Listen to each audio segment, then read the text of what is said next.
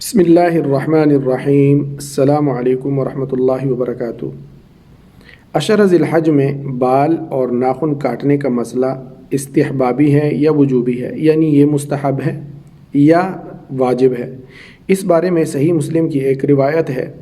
جو ام المؤمنین حضرت ام سلمہ رضی اللہ تعالیٰ عنہ روایت فرماتی ہیں کہ نبی کریم صلی اللہ علیہ وسلم نے فرمایا،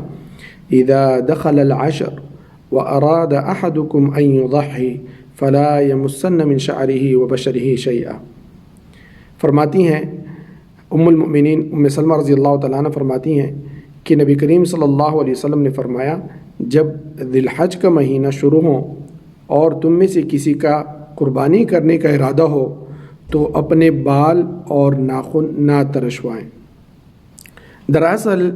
یہ عشرہ حج کا ہے اور ان ایام کا خاص الخاص عمل حج ہے، لیکن حج جو ہے وہ مکہ معظمہ میں جا کر ہی ہو سکتا ہے، اس لیے وہ عمر میں صرف ایک دفعہ، اور وہ بھی اہل استطاعت پر، یعنی جن کی وسعت ہو اور حج پہ جا سکتے ہو ان پر فرض کیا گیا ہے۔ اس کی خاص برکات وہی بندے حاصل کر سکتے ہیں جو وہاں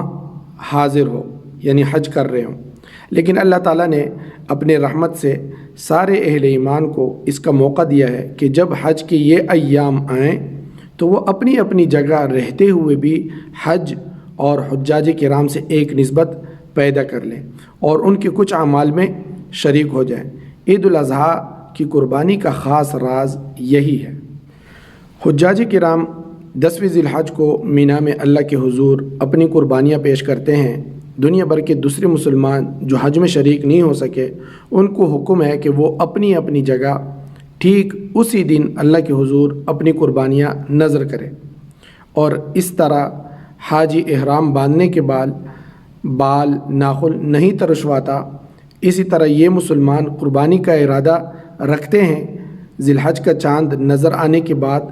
بال ناخن نہ ترشوائیں، اور اس طریقے سے بھی حجاج سے ایک مناسبت اور مشابہت پیدا کریں۔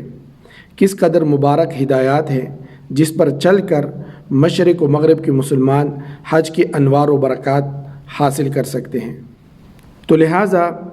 اس روایت کو اور اس جیسی دوسری روایت کو مد نظر رکھتے ہوئے علماء کرام نے فرمایا کہ قربانی کرنے والے کے لیے مستحب ہے، یعنی